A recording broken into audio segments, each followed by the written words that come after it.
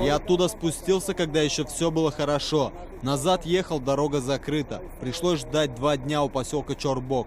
Спали в машине. Кто-то шел ночевать в съемные квартиры.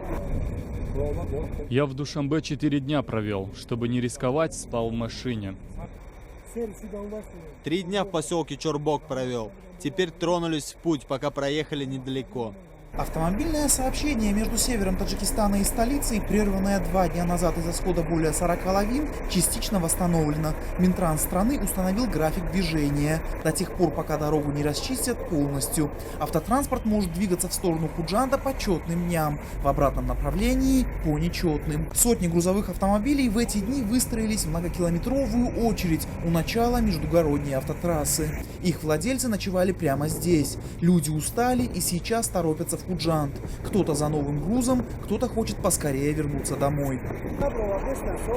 Вытаскивают машины. Нормально. Дорожные службы работают сейчас.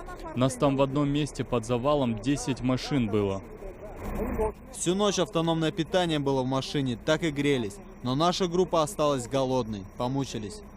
В направлении столицы продолжают двигаться автомобили, освобожденные из снежного плена. Самих водителей эвакуировали еще вчера, но сегодня они вернулись, чтобы забрать свои машины. В результате схода снежных лавин на территории Республики Таджикистан погибли 7 человек. С 28 по 30 января 2017 года на территории района Горно-Бадахшанской автономной области на автодороге Душанбе-Харок, Душанбе-Джиргиталь, Душанбе-Худжанд были зарегистрированы сход снежных лавин. В основном хочется отметить очень большой сход снежной лавины на автодороге Душанбе-Худжанд.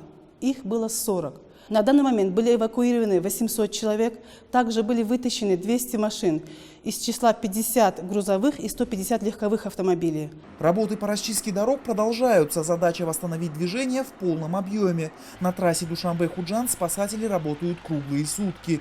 По их данным, возможно, под лавинами погибло еще 2 человека. Поиски осложнены тем, что высота снежного покрова в зоне бедствия превышает 10 метров.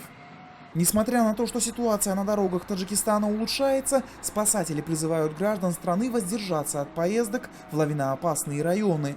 Тех же, кто не внял предупреждению, просят быть бдительными и строго соблюдать установленный интервал движения между автомобилями. По данным метеорологов, до 3 февраля в стране ожидается обильный снегопад, так что стоит ждать новых лавин.